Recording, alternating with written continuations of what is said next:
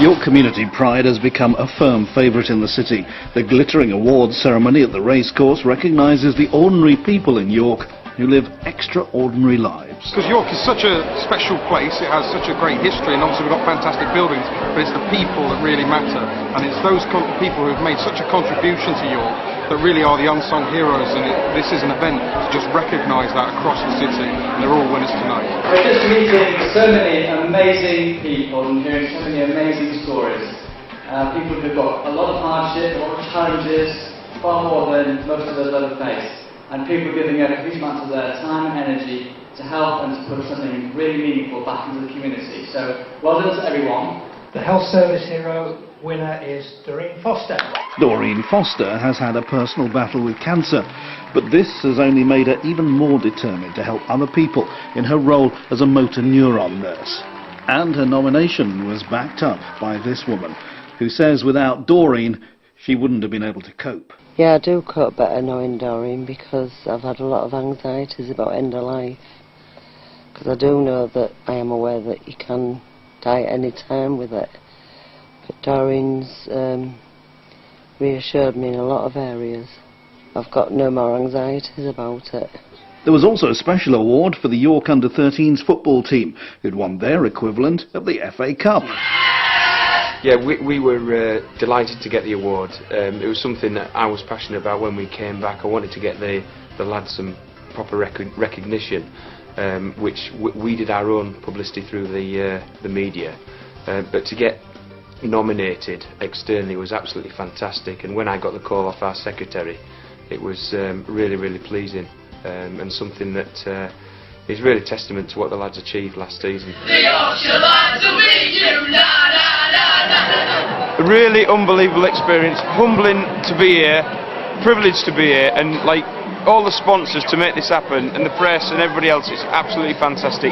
Really, really humbling experience, but really, really enjoyed it. Then there was the Public Sector Hero Award for John Nicholson, whose work in the gardens of Navigation Road earned him accolades from grateful residents. I'm Maureen O'Hare. I'm chair of the Wormgate Navigation Community Association. John has been working on the estate for many years now, and he's an excellent worker. He goes well beyond his duties, in the sense that he is the face of the council as far as our residents are concerned. But as usual, the stars of the show were the Children of the Year nominees. Freddie Hyde is 7 and lives in Clifton. He's undergone months of treatment for leukemia and has faced every injection and chemotherapy session with strength and bravery. Always taking his medicine, never had any objections to taking his medicine. He's been positive. He's had his ups and downs, of course, over the 18 months since diagnosis. He's been so brave, and we're very proud of him, and he's taken everything in his stride. Owen Targett lives in Neyburn, and he overcame a potentially fatal liver disease with the help of a transplant from his grandfather. He'll basically be having medicines at least twice a day, every day, for life. But he's a brave boy, isn't he, by the looks of it? He's very, I mean, he's so good taking them, and it's a lot easier now. I mean, before his transplant, he was having 20, 30 different things a day, as well as a tube feed. And now he's just, as you can see, he doesn't fuss. He's quite happy. Thank you. You're not supposed to throw. It's not uh-oh. It's not uh-oh. She's the boy. Dreaming at its centre was a large tree cat shut down and trimmed all around. Rosalia Daly-Maxwell was born with a cancerous tumour in her chest. She had to undergo 7 operations to remove it before she was just 3 years old. Her parents say that her strength and determination are an inspiration to them. When she had her operation, she was running around 2 days after, like, you know what's happened to her, and playing with her toys. She's always had a smile on her face. She never knew she was, by looking at her, you wouldn't know she was poorly, apart from her hair was falling out.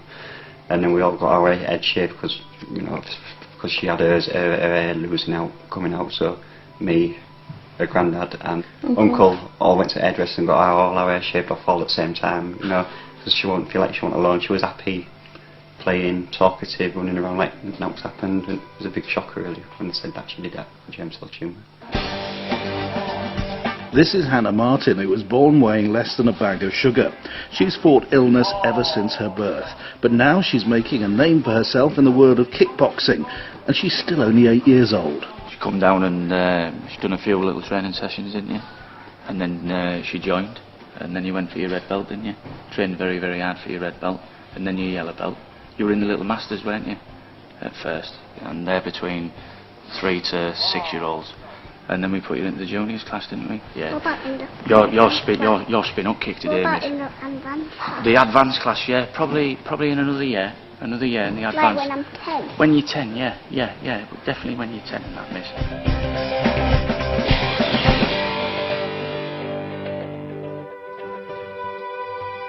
Margot Barker is aged just 5 and is preparing to start her first year of school.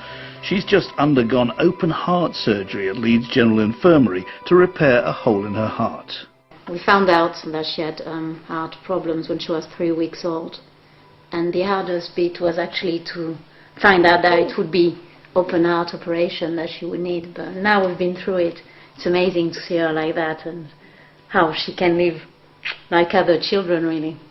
Was in a bed, I had a mask off and I had to smell the flavours. Was that mask so as you could go to sleep for the operation? Yeah, and I was smelling flavours, and instead of lemon I said melon. You said melon? Yeah, and it was so funny. All the children featured there were joint winners. So another Community Pride is over, everybody had a great evening, and York has celebrated the people who go that little bit further for their families and for the communities. Full details of all the awards are in Friday's press and online. David Dunning, Press Video News at the Racecourse.